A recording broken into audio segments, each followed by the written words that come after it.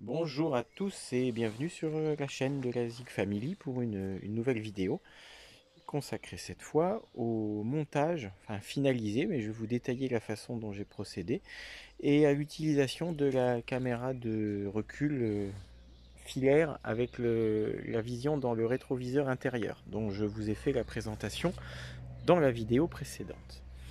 Donc le montage est fait, ça a été relativement simple, il y a toujours eu des petites surprises, mais ça c'est la joie du bricolage et de la mécanique. S'il n'y avait pas de surprise, on s'ennuierait. Je vais vous montrer tout ça.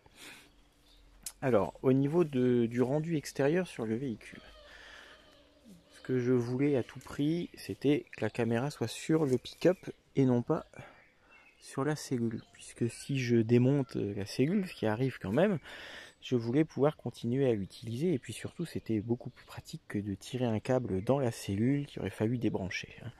Donc, voilà où elle est placée. Très discrète.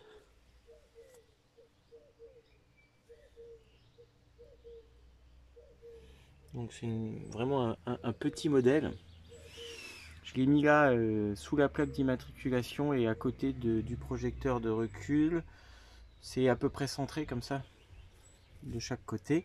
Et surtout, moi, dans le cas présent, je ne suis pas gêné par la structure du marchepied. Puisque même quand il est replié, on a cette partie-là qui pourrait nous gêner. Évidemment, il n'était pas question de mettre la caméra en haut ou sur les côtés. Donc j'avais pas trop le choix.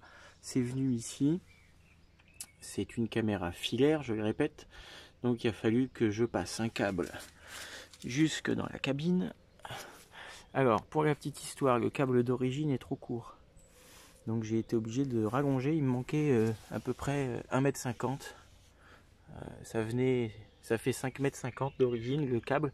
Mais avec les tours et les détours qu'on fait dans la partie moteur pour sortir le câble de la cabine, ben forcément on prend beaucoup de longueur. Et je m'arrêtais à peu près ici. Donc j'ai tout coupé et j'ai rallongé les 5 brins. Ça m'a pris un petit peu plus de temps évidemment. Si vous n'êtes pas trop bricoleur, il y a dans ce cas là une rallonge qui se vend qui vaut une vingtaine d'euros je crois, hein, et qui permet de pallier à ce souci qui rallonge de, je crois, 2 ou 3 mètres. Hein. Mais sachez que là, si vous avez un véhicule au moins aussi imposant que le L200, mais vous n'irez pas au bout. Donc le câble passe derrière, là, ici on l'aperçoit, il passe avec les commandes de suspension pneumatique, il est là. Voilà. Il continue le long, sous le véhicule, ensuite il ressort dans la baie moteur, et je le fais rentrer dans l'habitacle par le passe-câble, dans lequel passent tous les fils qui composent l'alimentation après sous le tableau de bord, etc. Je peux même pas vous montrer parce que tout est caché au-dessus. Il n'y a pas de complications particulières, c'est juste un petit peu long, minutieux avec un fil de fer, etc. Voilà. Ensuite, au niveau alimentation, eh ben, c'est simple. Donc le fil de la caméra, lui, celui qui part, hein, je le répète, de l'arrière, qui passe là et qui rentre là. Ensuite, je l'ai fait courir ici. Rien de compliqué. Dans la garniture de pavillon après. Et il ressort là-bas avec le fil d'alimentation plus et moins. Puisqu'il a fallu aller rechercher. Alors moi j'ai repiqué une masse. Il faut savoir que sur le L200, ici là, quand on démonte, ça tient par deux vis. Et il faut enlever le marchepied. On trouve tout un tas de choses. Il y a les boîtiers de dérivation, il y a des masses, des plus permanents, des plus après contact. Donc j'ai repiqué une masse là et j'ai pris le choix moi de le brancher en plus permanent. Donc c'est moi qui allume et éteins la caméra quand je le souhaite. J'ai pas besoin de mettre le contact ni la marche arrière. Donc voilà le rétroviseur intérieur. Vous apercevez que là la caméra étant éteinte, ben, on voit dedans comme un rétroviseur. Ce qui fait qu'on peut regarder ce qui se passe derrière, il n'y a pas de souci. Bon, la lumière là est pas au top du top pour vous faire la démo, mais vous allez quand même vous rendre compte. Donc on l'allume ici, là, en dessous.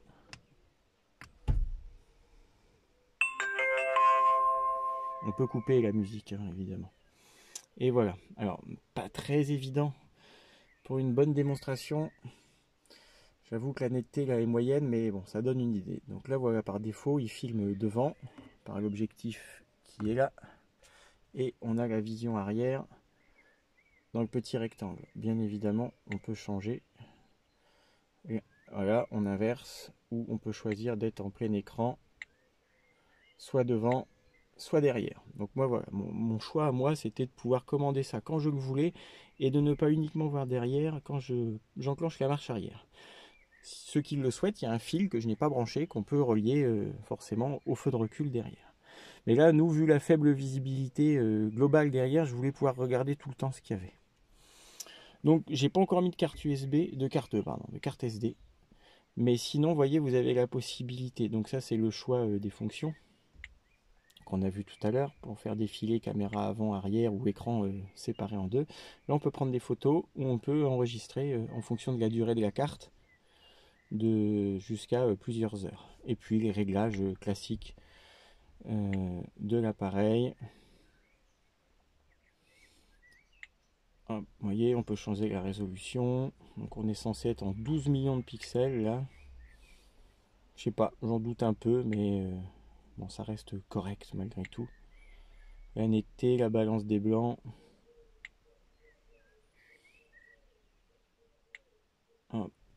Et puis sur la vidéo, enregistrement en boucle, voilà, on peut faire le choix aussi de combien de temps. Et puis si on fait 2 minutes, bah, ça vient écraser au fur et à mesure. Et on a les 2 dernières minutes de roulage, par exemple, pour un accident, c'est ce qui est bien. Voilà, bon, ça rien de complexe. À savoir que d'origine, ce rétroviseur est livré donc avec une alimentation allume-cigare qui vient se repiquer là. Et on est censé brancher ça à l'allume-cigare, ce qui n'est pas joli. Donc j'avais commandé un petit adaptateur en plus, un petit boîtier qui est reconverti en 12 volts. Et c'est donc ce fil là qui s'en va là. Et le petit boîtier de conversion est caché là dans le tableau de bord. Et en fonction de vos véhicules, vous aurez toujours une place, il y a assez de longueur de fil pour pouvoir faire votre montage. Donc vu de dehors, je le répète, le rétroviseur il est sanglé sur le rétroviseur existant.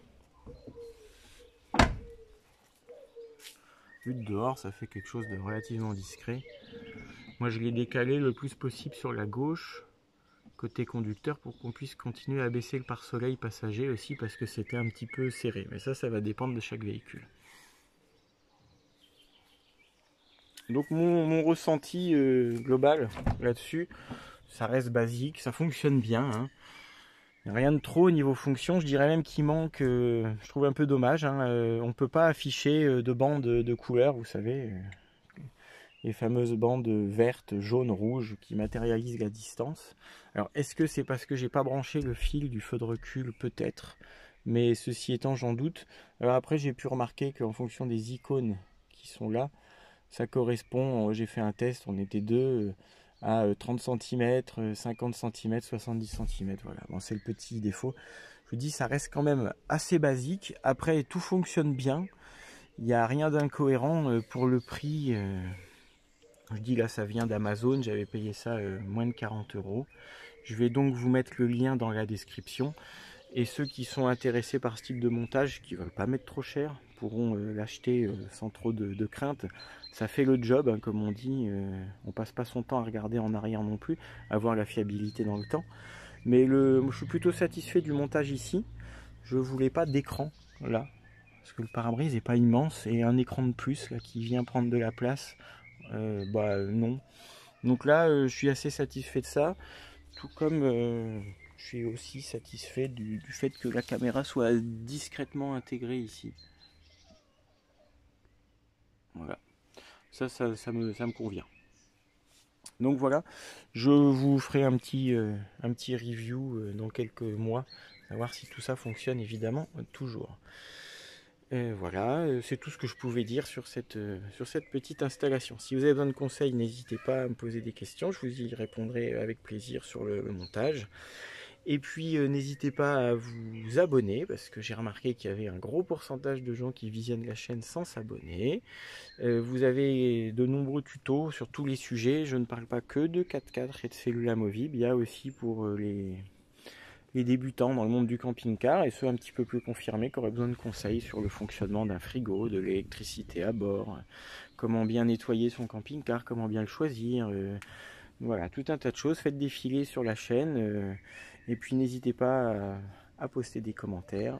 Un petit pouce bleu vers le haut, petit pouce bas vers le bas aussi également. Surtout abonnez-vous. Voilà, ça me permettra d'encore améliorer le contenu. Allez, je vous dis à très bientôt. Bye bye.